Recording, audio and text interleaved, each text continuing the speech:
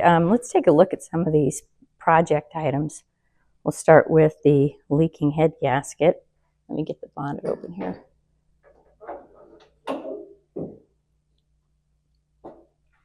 Oh, actually, let's walk around because all the leaking is happening over on the exhaust side.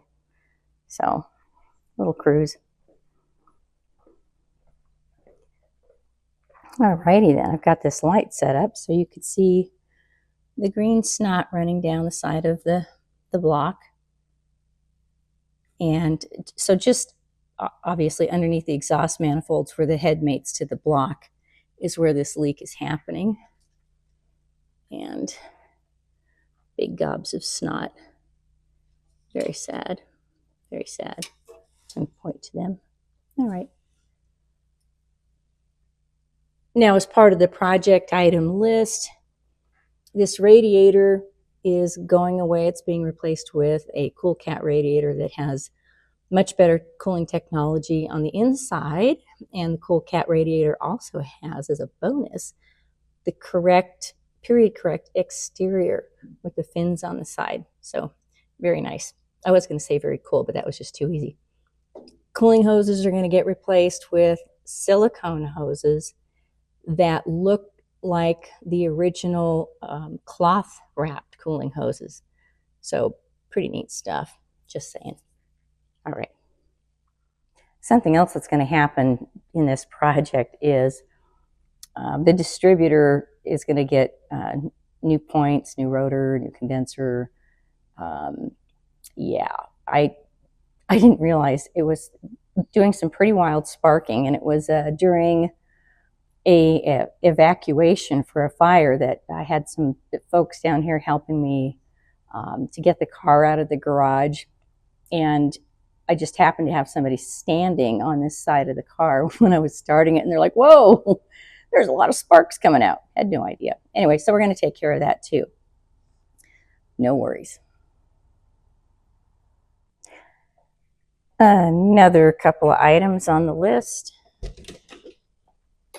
Let's see here.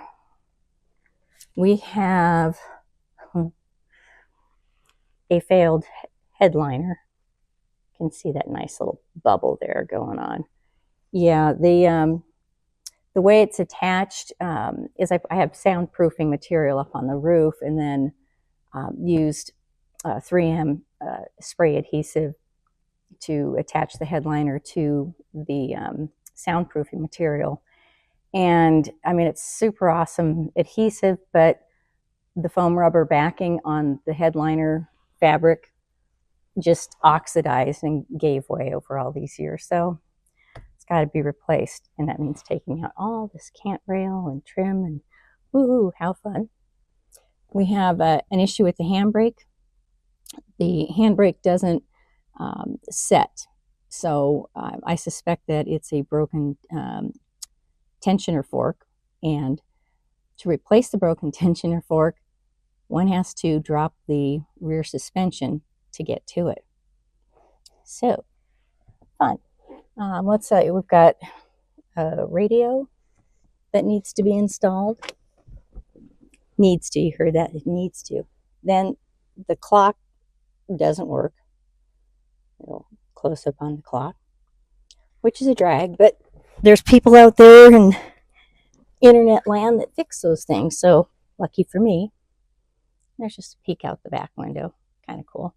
Oh, and if you're digging these sheepskin cover seats, don't worry, I got the right stuff underneath. Just here to protect from sweaty legs. Oh, here we go. Let's check this out. So here is the rear suspension unit, at least what we can see here. So this whole thing gets dropped out.